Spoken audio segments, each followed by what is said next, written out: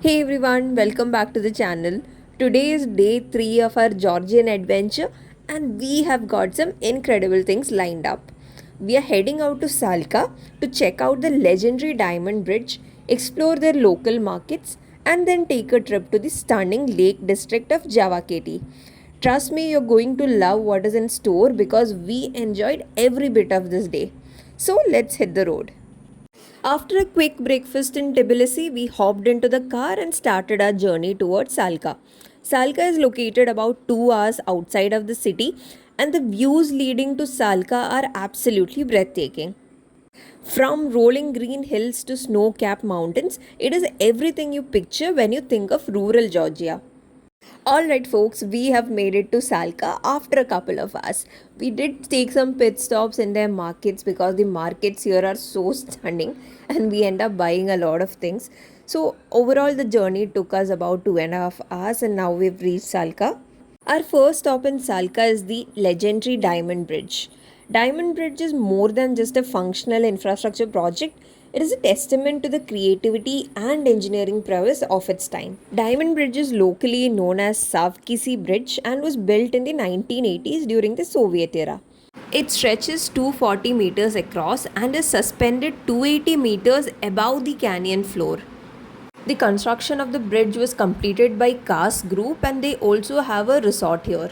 If you're staying in Cass Diamond Resort, you get unlimited access to the bridge and the canyon and some special rates. And it's a very beautiful place to really stay at. So prices start upwards of 11,000 INR. So do check that out if you're interested. See the diamond bridge from a distance. The bridge stands out for its distinctive architectural style. The most notable feature is its diamond shaped arch, which gives it its name. This unique design is not just aesthetically pleasing but also provides the bridge with structural strength, allowing it to span a wide gorge and carry heavy traffic. The bridge is made from reinforced concrete, a typical construction material for Soviet era infrastructure projects. The smooth, sweeping curves of the bridge are contrasted with the jagged terrain of the gorge below, making it look like a seamless integration of man made and natural elements. The entry cost to Diamond Bridge for foreigners is 50 Georgian lari, which is about 1500 rupees. The price is a bit high, but the views are worth it. If you don't want to stay here, just take a day trip to Salka like we did. For this, you'll have to hire a car with a driver. The most difficult part was actually taking pictures and shooting videos because with your gloves on, you can't properly operate your phone. And as soon as you take out your gloves, you start getting really cold. So it was a real struggle. Don't go by his looks, he is the only exception. He has been to the Arctic zone and he's used to such cold. The bridge is the centerpiece of the Kars Land Development Project, which also includes a resort, a hotel, restaurants, adventure activities, and nature trails. Tourists can elevate their experience by opting for additional activities like zip lining, horseback riding, cycling, and riding the thrilling sky bike across the canyon. As a whole, Diamond Bridge and the Cass Land Development Project creates a holistic tourism destination catering to diverse interests.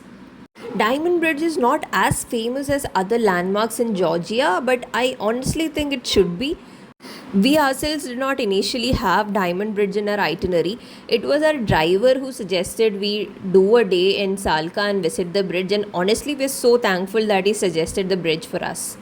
So, if you're someone who love offbeat experiences and want to explore the parts of Georgia that are still undiscovered, Salka should definitely be on your list. Okay, finally, we are going inside the diamond bridge. So, inside the diamond structure, there is a restaurant. You can order quick snacks or quick meals here. Obviously, the prices are on a higher side, but it is worth it for the views here.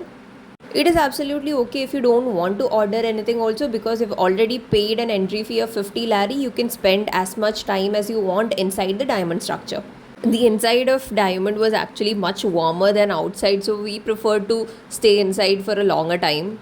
There are two stories inside the diamond. So on the upper level is the restaurant and the lower level is more like an observation deck, so you can go to both places and click amazing pictures. After spending some time on the upper deck, I proceeded to check out the lower deck. I personally felt that the views are even more mesmerizing from the lower deck. The restaurant also has a wine cellar with a good collection of wine, so you can grab a glass to drink or you can indulge in some hot soup that they have. One of the best parts about Diamond Bridge is that it was designed keeping environmental impact in mind. It aims to minimize disruption to the surrounding landscape and is built to be durable and capable of withstanding the natural elements in the region. The views here are particularly popular during changing seasons, either landscapes covered in autumn colors or covered with snow during winters. And while you're here, don't forget to click some pictures with the stunning Diamond Bridge. This is also the first time we are experiencing so much of snow, so we got really playful. Don't dare to participate in these stunts if you don't have waterproof gloves because gloves start getting damp very easily. Just outside of the Diamond Bridge structure, there is another cafe as part of CAS landmark development projects. So, after all the snow adventures and Diamond Bridge visit, we decided to come to the market.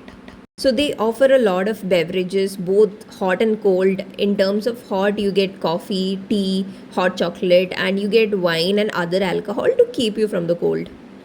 They also had a wide variety of packaged food. So these are similar to what you get in Tbilisi markets. Because we had already bought a lot of things the last night from Tbilisi and we were carrying them in the car, we did not buy anything from here. The prices were also a little on the higher side. So it is advisable if you can carry your own snacks from the city because here it is a bit overpriced. Again, we're proceeding to the most exciting part of these markets, the beverages section. So, this place had a collection of both alcoholic and non alcoholic beverages, and the beverages were actually very different from the ones that we were used to seeing in Tbilisi. It was very tempting to grab a bottle or two and try some of them, but then we kept the urge to ourselves. They also have a souvenir shop adjacent, so if you want to get good keychains or other souvenirs of Diamond Bridge or Salka in general, you can buy from here. For now, we are all postponing our souvenir shopping to the last day in Tbilisi. After Salka, we're proceeding to our next destination, the Javakheti region. Javakheti region in Georgia is a historically rich and geographically unique area located in the southern part of the country. It borders with Armenia and Turkey and is a mountainous region that forms the part of Lesser Caucasus Range. One of the most striking features of Javakheti is its natural landscape. It is marked by rugged mountains, highland plateaus, and numerous lakes. The region is known for its scenic beauty, which is especially captivating during the winter months when the lakes here freeze over. The Paravani Lake and Sagamo Lake are two prominent examples of lakes in the region that freeze during the winter. The frozen surface of these lakes become a playground for adventurers and nature lovers like us. During the months of January and February, it's going to freeze even more, and even vehicles can venture onto the lake. The surface of the lake was very slippery, and we had to take extreme caution to make sure that we don't slip or fall on the lake. We somehow managed to get a picture clicked without much cracks on the ice. During the colder months, the lakes of Javakheti become prime locations for ice fishing. The traditional activity is popular among locals and tourists alike.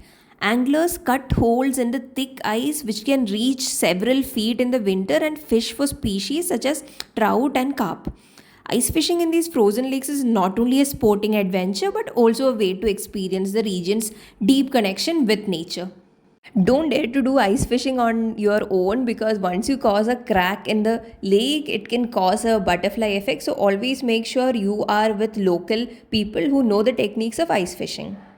Ice fishing is often combined with other winter activities such as snowshoeing or hiking, making it a highlight of any winter exploration in the region. One of the most important things is to wear a shoe that has a good grip and can be sturdy. Don't venture out to the lake if you don't have a sturdy shoe.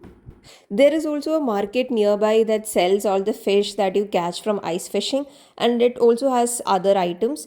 Our driver Zura actually bought some fish from here for his family. What a day it has been, and that's a wrap to our beautiful day in Salka and Javakheti. I highly recommend you keep one day in your itinerary to visit Tsalka and Javakheti as compared to some of the other crowded places. If you've enjoyed this video, do drop a like, and if you have any questions about these places, drop them in the comment section and I'll give you all the answers. Like always, don't forget to subscribe to Mrs. Explorer for more travel content. Until then, bye.